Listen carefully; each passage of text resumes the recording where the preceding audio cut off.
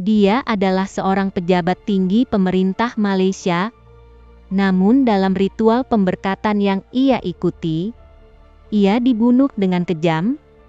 Ia kira hanya perlu berbaring dan menutup mata untuk menunggu keajaiban.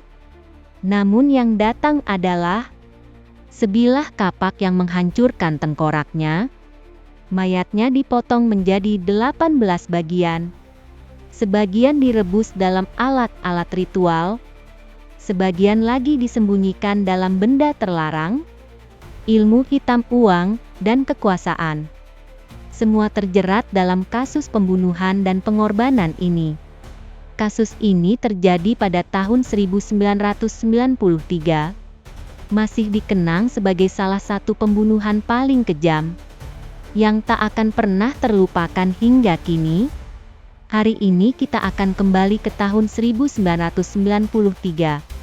Masuk ke sudut gelap negeri Pahang, Malaysia, mengungkap kasus pembunuhan dukun yang mengguncang negara. Kisah ini bukan hanya tentang pembunuhan, melainkan juga tentang penyimpangan keimanan dan jurang kemanusiaan. Sudah siap? Mari kita buka tabir misteri ini bersama. Malaysia, negeri tropis di Asia Tenggara. 13 negeri dan 3 wilayah persekutuan. Negeri Pahang terletak di timur semenanjung Malaysia. 2/3 daratannya ditutupi hutan hujan tropis yang lebat. Sumber daya alam melimpah. Pertanian berkembang pesat. Orang-orang di sini hidup damai, namun juga menyimpan rahasia yang tak diketahui. Mazlan Idris, orang Malaysia asli, menerima pendidikan tinggi di Amerika Serikat sejak muda. Setelah lulus dan kembali ke negara asal, dia sangat ambisius. Tidak hanya menghasilkan banyak uang, tapi juga terjun ke dunia politik, menjadi anggota parlemen Pahang. Dia bahkan dianugerahi gelar Datuk. Ini adalah penghargaan tertinggi Malaysia untuk mereka yang berjasa besar.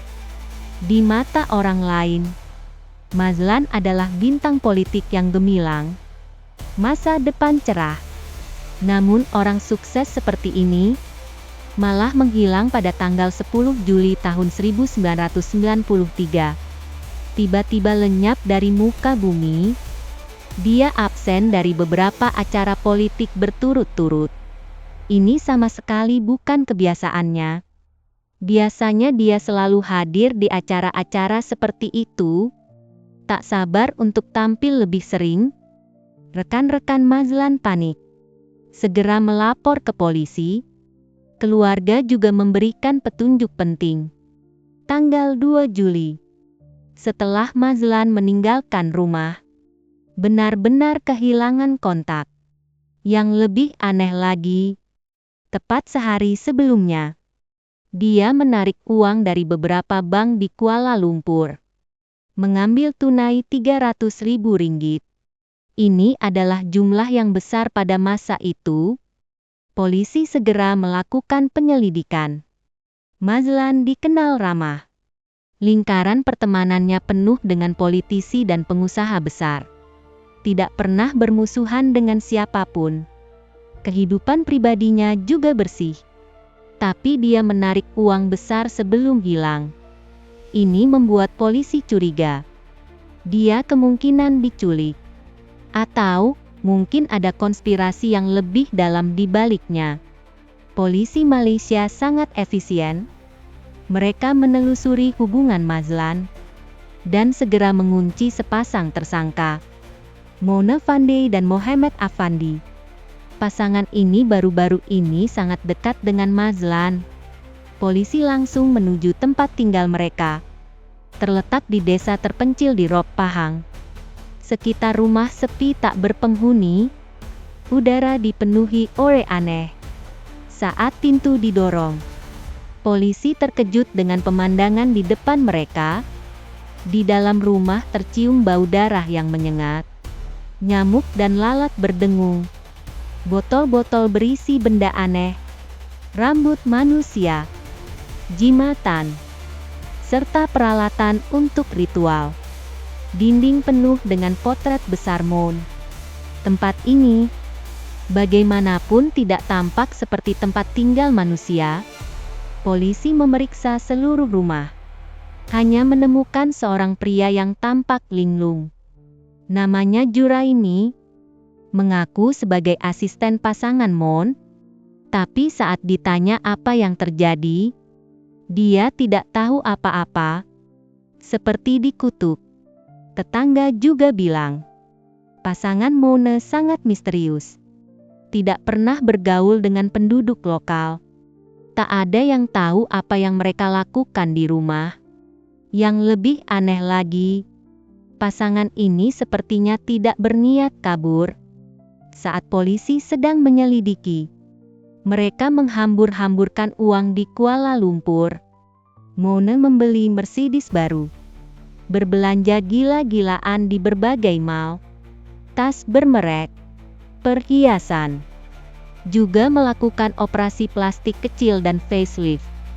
Seolah takut orang lain tak tahu mereka jadi kaya. Tindakan sombong ini memungkinkan polisi segera melacak keberadaan mereka. Proses penangkapan berjalan tanpa hambatan. Tapi latar belakang pasangan ini malah membuat kasus ini semakin rumit dan misterius. Mona Fandey, nama asli Masnah Ismail, lahir tahun 1956 di Perlis. Sejak kecil bercita-cita menjadi penyanyi. Dia suka menyanyi dan menari. Keluarga mendukungnya mengejar gemerlap panggung. Awalnya karier hiburannya cukup menjanjikan. Merilis single, bermain di film. Tapi segera terhenti. Untuk membalikkan keadaan, dia mengganti namanya menjadi Mona Fandey, berharap mengubah nasib. Tapi ini tidak membuatnya terkenal. Kemudian dia bertemu Mohamed Afandi, profesional yang menipu dengan sihir. Afandi mendukung impian Moon. Bahkan membiayai sendiri album untuknya, berjudul Diana. Sayangnya album ini tetap tidak laku. Mona yang putus asa, menyerah pada mimpinya menjadi penyanyi. Mengikuti suaminya menjalankan bisnis sihir. Di Malaysia, profesi ini disebut bomoh, alias dukun. Awalnya mereka hanya bekerja kecil-kecilan, melayani klien kecil, mendapatkan sedikit uang, hingga mereka secara kebetulan bertemu beberapa tokoh besar. Pasangan Mona melakukan ritual sihir untuk tokoh-tokoh ini. Setelah serangkaian operasi misterius, nama mereka tiba-tiba terkenal di kalangan politik. Sejak itu bisnis mereka booming, menghasilkan banyak uang, membeli beberapa mansion, juga mempekerjakan asisten bernama Juraimi. Ada yang bilang, Juraimi sebenarnya adalah anak angkat mereka, tapi kebenarannya tidak diketahui. Awal tahun 1993, Mazlan secara aktif mendekati Moon. Dia memiliki tujuan besar, ingin menjadi Menteri Besar Pahang. Untuk ini dia rela melakukan apa saja, termasuk mempercayai kekuatan supranatural pasangan Moon. Ya, lulusan Amerika ini malah sangat percaya pada sihir. Mona melihat ini. Bukankah ini mangsa yang datang sendiri? Dia meminta harga selangit. Mengatakan membantu jadi menteri besar bukan masalah. Tapi tingkat kesulitannya mencapai 90. Harus mengambil deposit 2,5 juta ringgit. Agar Mazlan rela membayar. Mona merangkai cerita yang fantastis. Dia bilang, kami menyiapkan 3 benda ajaib untukmu. Yang pertama adalah tongkat suling. Yang kedua adalah jimat. Keduanya akan meningkatkan keberuntunganmu, melindungimu dari orang jahat. Yang ketiga lebih luar biasa, adalah topi yang pernah dipakai mantan Presiden Indonesia. Dengan 3 benda ini, Jabatan menteri besar pasti jadi milikmu. Mazlan mendengar ini. Gembira luar biasa. 2,5 juta bukan jumlah kecil. Tapi demi masa depan. Dia menggertakkan gigi dan memutuskan membayar. Dia membayar deposit 500.000 ringgit terlebih dahulu. Di antaranya 300.000 diambil dari bank pada tanggal 2 Juli. Sisanya 2 juta dia rencanakan untuk meminjam. Juga menyerahkan 10 akta tanah kepada Mona sebagai jaminan. Setelah menerima uang, pasangan Mona memutuskan mengadakan ritual misterius untuk Mazlan, agar dia menerima berkah dari dewa. Mazlan pergi ke alamat. Tiba di rumah terpencil itu. Sejak melangkah masuk, nasibnya berubah total. Menurut pengakuan Juraimi, setelah Mazlan memasuki rumah, dia dengan patuh mengikuti perintah Mon. Menutup mata, berbaring di lantai, bersiap menerima anugerah dari dewa. Tapi yang dia tunggu, bukan berkah, melainkan kapak yang menghantam kepalanya. Hidupnya berakhir saat itu juga. Juraimi membawa polisi ke lokasi penguburan jenazah. Tapi jenazahnya tidak utuh. Konon digunakan dalam ritual aneh. Yang lebih membingungkan, pasangan Mona membunuh orang dan menipu uang. Tapi tidak buru-buru kabur. Keesokan harinya langsung ke Kuala Lumpur. Mulai berbelanja gila-gilaan. Meninggalkan Juraimi untuk membereskan kekacauan.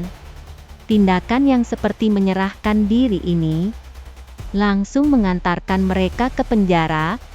Polisi segera mengumpulkan bukti yang cukup, mengkonfirmasi bahwa Mon, Afandi, dan Juraimi adalah pelakunya. Menghadapi tuduhan, ketiganya tidak menunjukkan penyesalan, malah berdebat dengan percaya diri, mengatakan semua ini salah Mazlan. Mereka mengklaim, sebelum ritual, Mazlan harus mematuhi sejumlah pantangan. Misalnya mandi dan berganti pakaian, menahan diri dari nafsu, tidak boleh makan makanan pedas. Jika tidak, ritual akan gagal. Tapi Mazlan tidak sepenuhnya mematuhi, sehingga dia mendapat serangan balik dari kekuatan gelap dalam ritual. Kematiannya sepenuhnya adalah ulahnya sendiri. Alasan ini terdengar masuk akal. Tapi polisi bukan bodoh. Yang lebih mengejutkan, selama penyelidikan, polisi menemukan di dekat rumah Mon, menemukan sisa-sisa korban lain. Meskipun identitasnya tidak bisa dikonfirmasi, tapi hampir pasti, semua ini adalah korban sihir Mon. Kasus ini langsung meningkat. Media Malaysia melaporkan dengan gila-gilaan.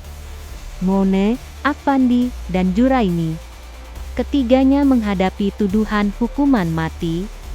Kasus ini disidangkan oleh Mahkamah Tinggi, tapi Mona tampak tenang secara tidak wajar. Bahkan sepertinya menikmati semua ini. Setelah ditangkap, dia mengobrol dan tertawa dengan santai, menggunakan pakaian mencolok, dengan senyum cerah.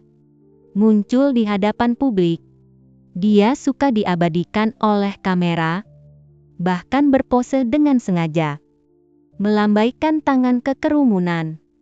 Juga berkata kepada wartawan, "Sepertinya saya punya banyak penggemar."